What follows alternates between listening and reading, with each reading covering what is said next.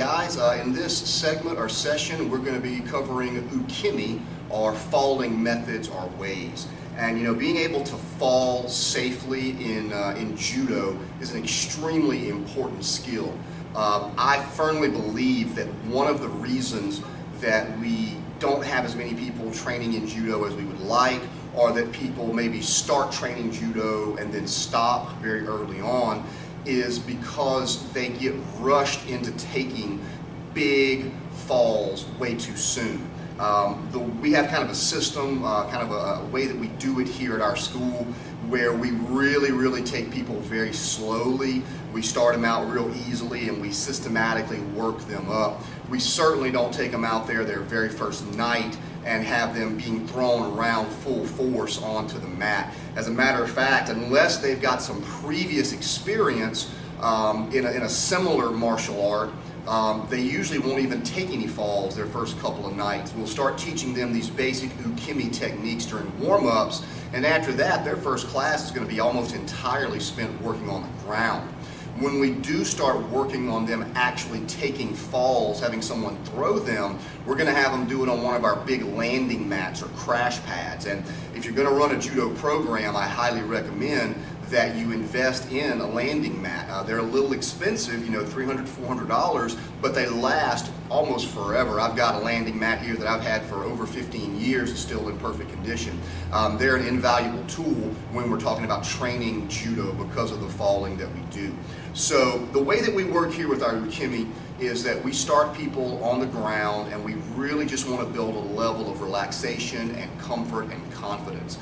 So the first thing that we'll typically do is just have people sit down, and we want them to tuck their head and keep their feet close together and then just roll back and forth. And we want them to breathe out or exhale as they roll back. What we don't want to do is have people holding their breath when they're getting thrown, because then you hit the ground or hit the mat and you get the wind knocked out of you, and that's a very scary experience. And a lot of people, I think, go into their first couple of Judo classes and that happens to them. They get thrown unexpectedly, they're not ready, they hit the mat really hard, it knocks the wind out of them, and that scares them, and they a lot of times don't want to come back.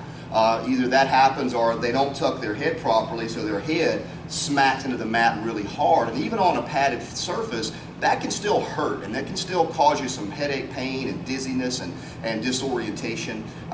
So it's really important. Again, I'm kind of overemphasizing this, but we need to take it slow with Ukemi. There is no rush. Judo is a marathon, it's not a sprint. So this first drill, we call it just a sitting and rolling. So we're just going to tuck in our head, make ourselves round like a ball, roll back, and then just breathe out. And we'll just do this several times. So we roll back and back up.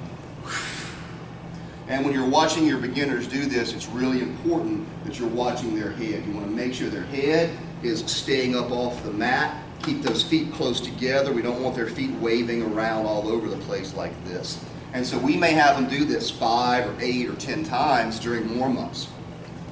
Our next progression for us at our school is what we call the slapping drill. And so for the slapping drill, we're going to lay on our back with our feet planted here by our rear.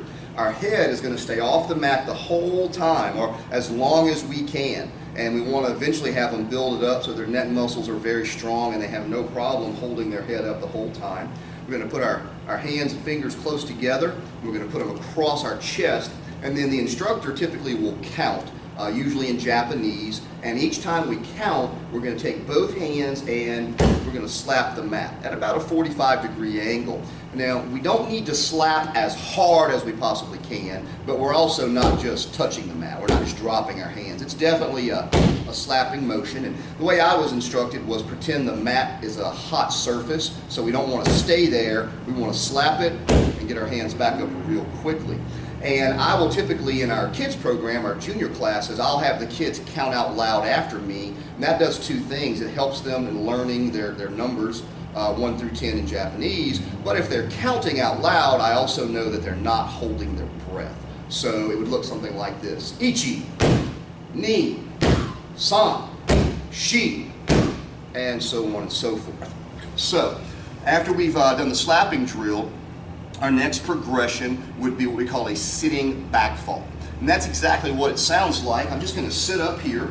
I've got myself sort of tucked in like a ball. I want my head tucked in really well. My feet are close together. I'm going to roll back, but this time I'm going to slap the mat. I'm going to use my legs as sort of a counterbalance or a counterweight to help me to sit back up. So I roll back, slap, and then my feet kind of help me to sit back up. And we have a little saying we use in our kids class all the time is, don't let your toes go past your nose. And what that simply means is when I go back like this, if my toes stay out here in front of me, it's okay. It's very easy for me to keep my head up off the mat.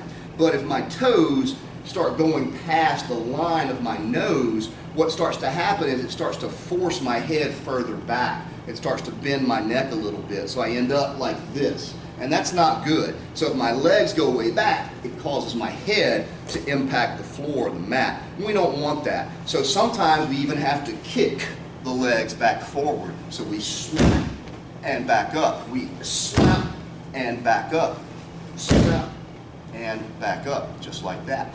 And again, you want to take this slow with your beginners. For experienced judo players, this is nothing. We've been doing this, for years and years and years, but we kind of take it for granted. But for someone who's brand new, this is completely foreign to them. They've never done anything like this. So be patient with them. Don't rush them.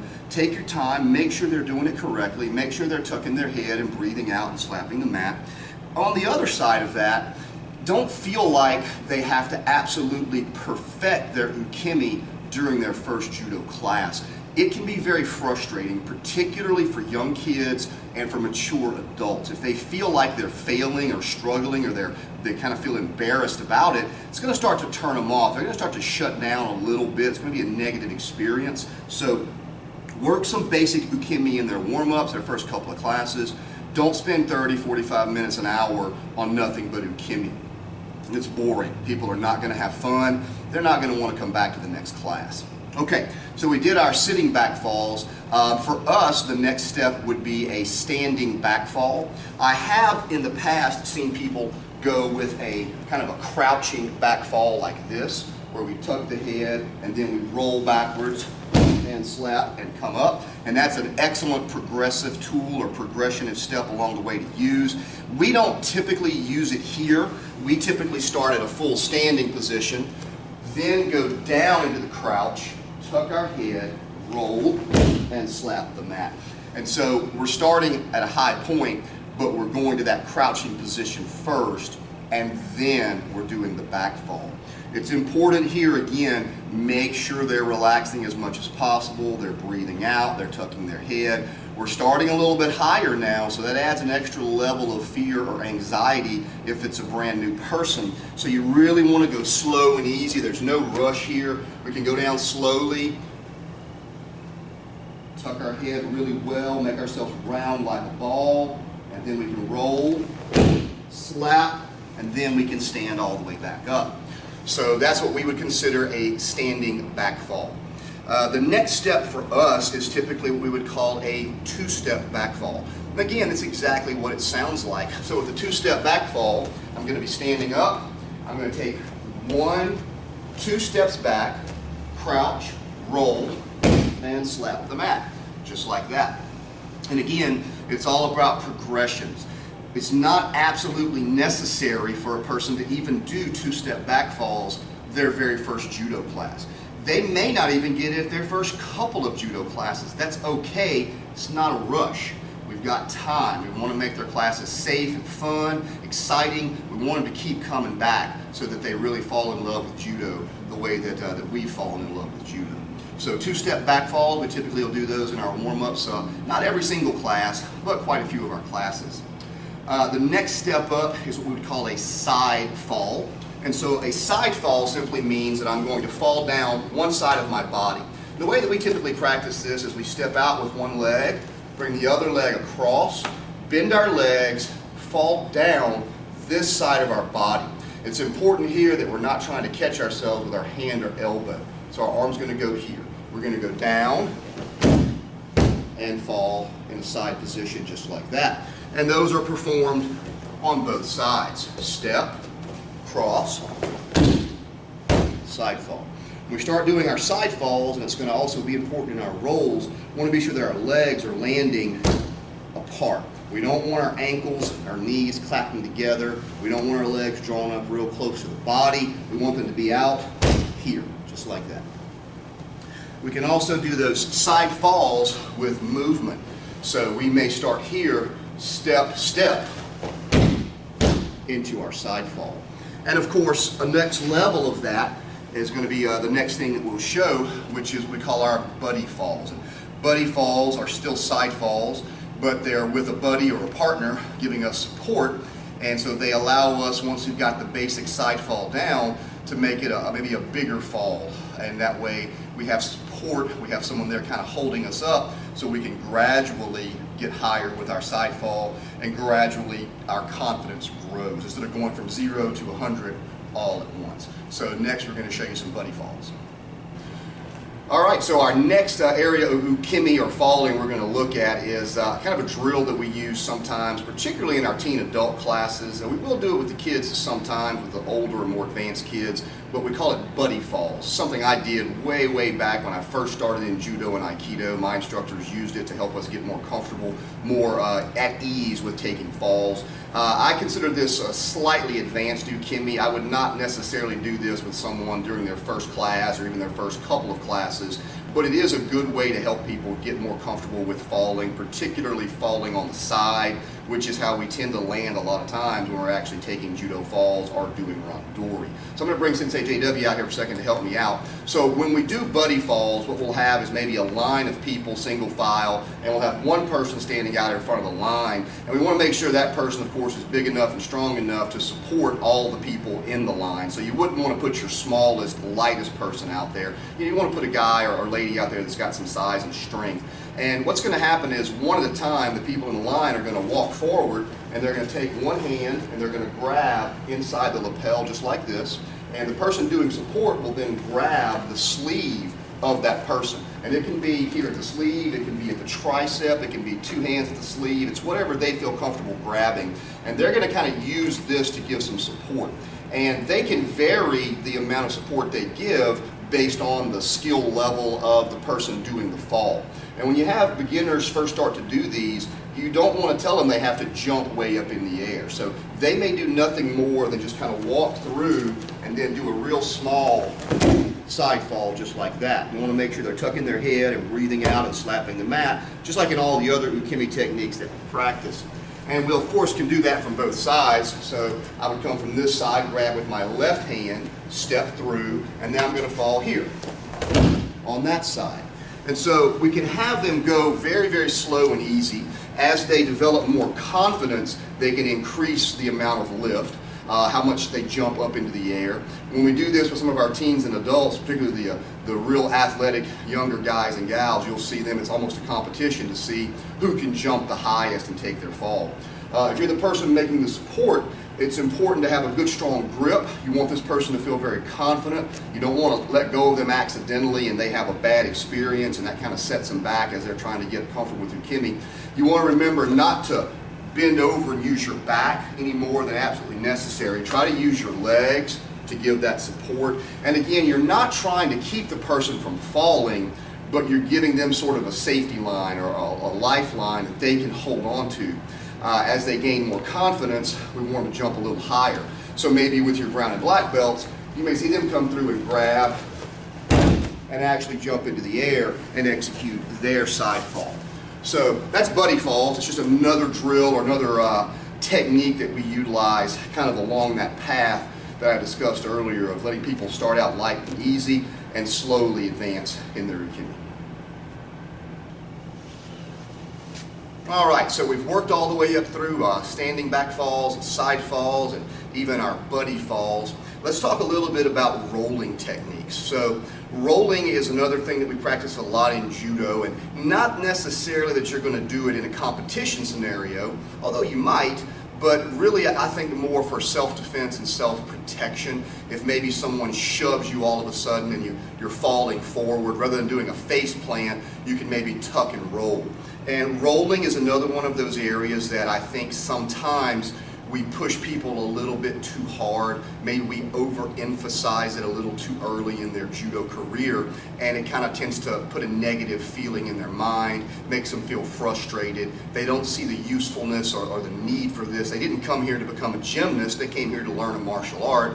Rolling is important. It keeps our body kind of supple. It keeps us able to take falls in awkward or different positions, as we progress in age and progress through our judo career. So it is an important thing. We want to always practice our falling and our rolling. So when we do forward rolls here at my school, we have a couple of different ways that we do that.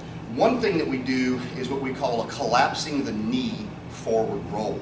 And the way that works is we'll have one knee down and we'll have one knee up. We're going to have live toes on the back foot, meaning my toes are actually digging into the mat. They're not down flat like this, so I can actually push with those. And the rule of thumb here with our rolls, whether it's kneeling or standing, is whichever knee is forward, that's the arm that I'm going to roll on. So for example, my right knee is up, that means I'm going to roll on my right arm and right shoulder. And my elbow and my knee, they should be pointing in the same direction. They should be bending. They should look like twins here. Everything's pretty much the same. So for a collapsing the knee roll, what I'm going to do is actually take my right knee that's up, and I'm going to let it slide forward until it touches the mat. I'm going to put my opposite hand down just for the purpose of this exercise, for this drill, to catch myself. The arm I'm going to roll on, I lift up. I'm going to reach it palm down all the way through. I'm going to drag it on the mat, and I'm going to push it back until it goes underneath my knee, and I'll lift my back knee up a little bit so that it actually can do that. So I push back, back, back, back, back here, and I'm going to turn my head and look for my toes. What we don't want to do is roll on our head and neck.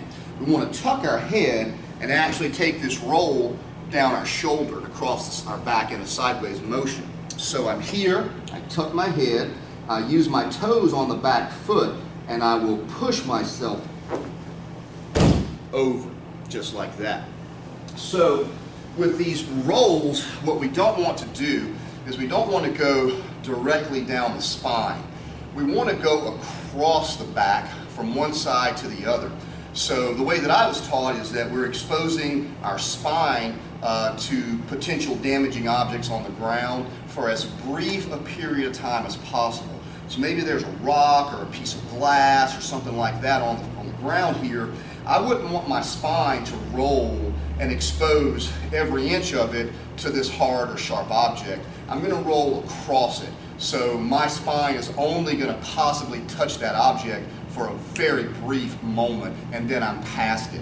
It's really, really important here that we're tucking our head to the side. So it's not a somersault. We're not tucking over like this and rolling that way. We're actually rolling here, looking back. So my head should never really touch the mat. If I need to, I can rock a little bit and give myself a push across, just like that.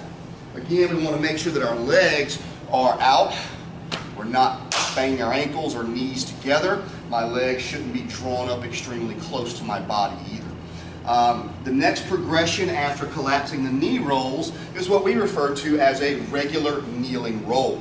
So we're going to start in that same position, but this time I'm not going to put that knee on the mat. It's going to stay up high, and I'm going to make a wheel, as we call it. So I'm going to put one hand on top of the other. I'm not going to lace my fingers together. I'm going to put one down and one on top of it. I've also seen people teach fingertip to fingertip, and that's perfectly acceptable. We do one on top of the other, and I'm going to put the palm facing down and the knuckles facing up, and again, I want my knee and elbow to be matching. So I place that on the mat here, and I want to think of that like a wheel on a car. I want to try to keep it as round as possible. I don't want it to collapse and flatten. If that happens, my shoulder is going to tend to bang into the mat. So if you have a student complaining that every time they're rolling, it's hurting their shoulder, you need to look and see they're probably letting this circle or this wheel, they're probably letting it collapse a little bit too much. You know, it might misform a little bit or collapse a little, but we want to try to keep it as round and strong as possible. So again, I'll point my elbow to match my knee, hands on the ground. I'm going to look back at my toes, and I'll use this back foot with those live toes to give myself a big push up and forward. There. And I'm going to do that facing toward the camera. I know I went out of frame just a little bit there. So we make that circle, look back at our toes, push up and over. And again, those feet are out nice and wide, and my head should never touch the mat. So we would do collapsing the knee rolls, regular kneeling rolls, and not even necessarily at the same time on the same night for beginners.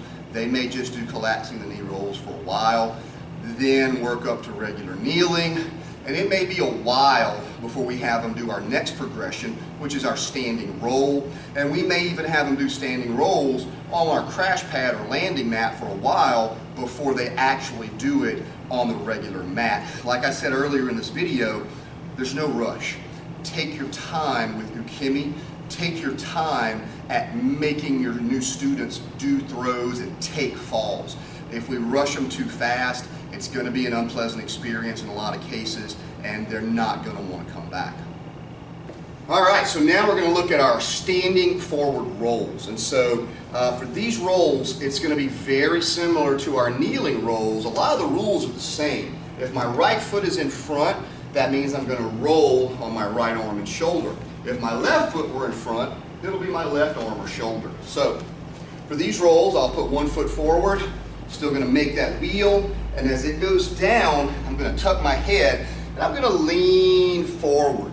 There's going to come a point where my back foot will sort of automatically kick me over. So I put that wheel to the mat, I tuck my head, I lean and kick all the way over. And again, going slightly out of frame there, so I'm going to do that coming toward the camera. So here, here. Again, got that nice landing with my legs wide apart. My head should never touch the mat.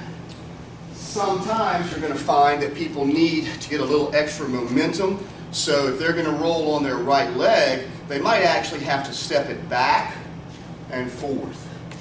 Back and forth, and then they're ready to roll. There. So it's okay to let them sort of modify or find a way to make this technique work for them as necessary. We don't want to frustrate them with it. There's more than one way to do a back fall, more than one way to do a forward roll or side fall. The main thing here, remember, the purpose to our Ukemi is not gymnastics. The purpose is safety.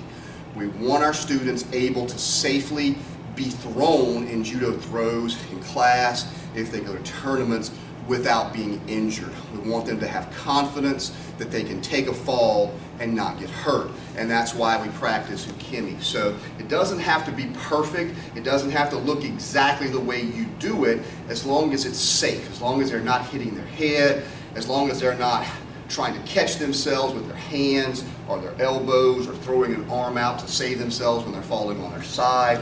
Those are when injuries happen. That, and of course, not tucking the head, not breathing out.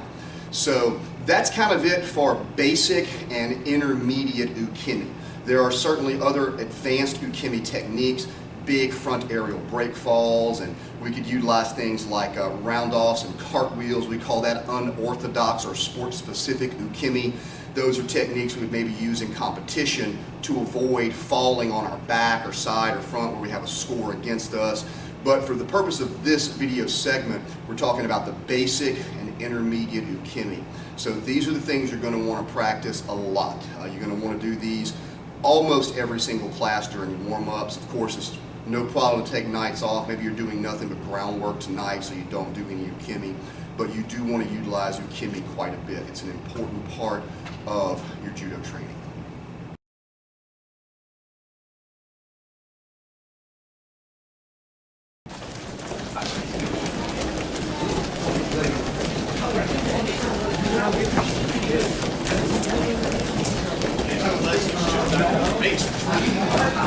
I'll probably left it out accidentally.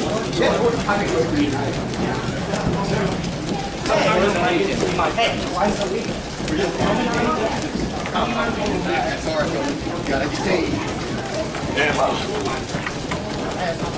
I don't have a lot.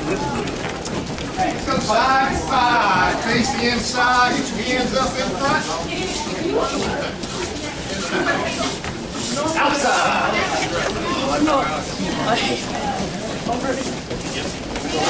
Yeah, when I say touch, reach down, touch the mat with one hand. Keep running. Touch. Oh no. Touch. Touch. Touch. Touch. And touch. Okay, spread out. Find a spot so we guys move in the middle. Legs wide. Toes forward. Down the right.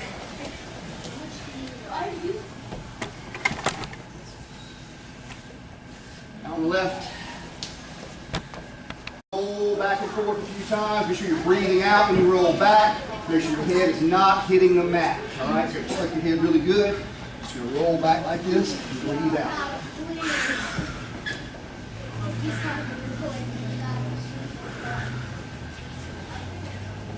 All right, let's do our slapping drill, guys. So for this, Josh, you're gonna put your feet like this, head off the mat, hands across your chest. Watch me for a sec. Every time I count a number in Japanese, you're gonna take both palms, slap the mat, bring them right back up, and you're gonna breathe out. Just like that. Here we go. Ichi, ni, san, shi, go, roku, shichi, hachi, ku, ju. All right, we're doing some sitting back falls. So sit back up. So Josh, you're gonna keep your feet together, keep your head tucked really good. You're gonna roll, slap. Let your legs kind of help you sit back up. Don't let your toes go past your nose. If they do, it causes your head to go back a different way. Go nice and easy. Be sure you breathe out, okay? Tuck your head. Ichi, ni, san, shi. One more, go. Let's do some back bridges while we're here. We're going to do this up and over here on your shoulder. Up and over here. Okay, here we go. Ni, ni, san, shi, go, roku, shichi, hachi, ku, ju. Go ahead and get 35 crunches while you're down here. You can do them on your own.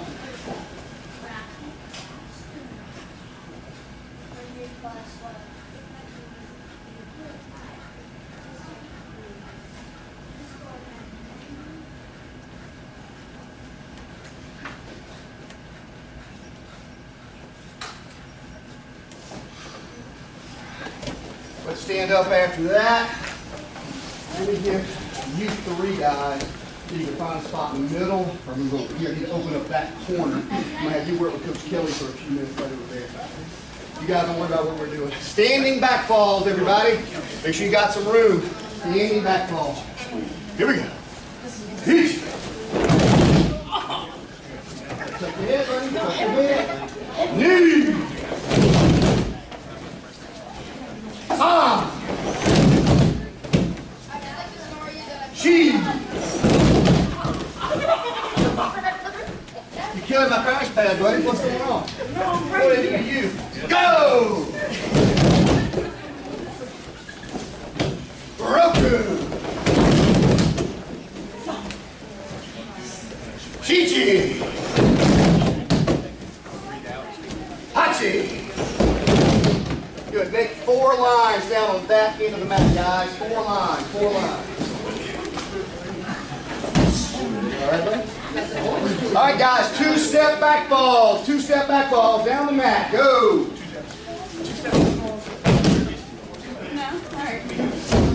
You guys, when you get to that end, just come on back down. Get back in the same line for me. Just remember who the first person to go was.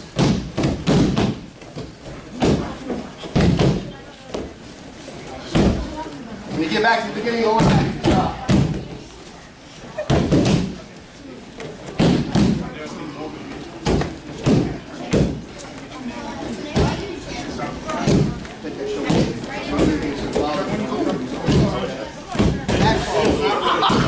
Make sure it's clear behind you.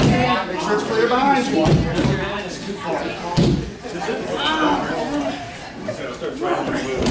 your hands, lift your hands. Again, squat more. All right, guys, regular kneeling, forward rolls. Regular kneeling, forward rolls. Hajime.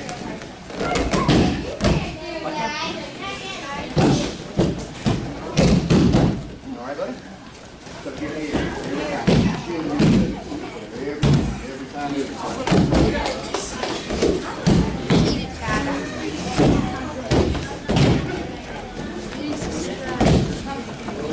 How's he doing, Mr. Kelly? How's he doing?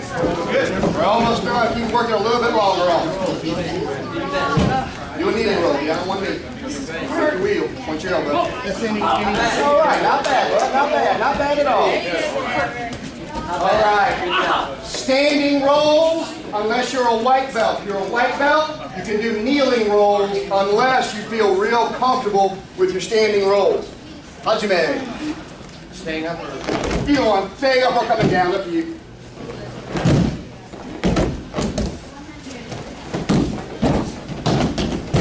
And move on back down to your line again, please.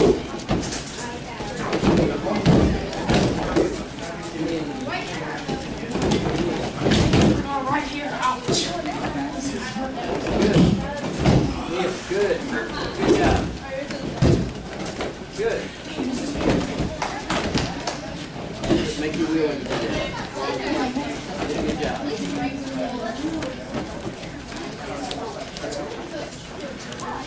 All right, guys.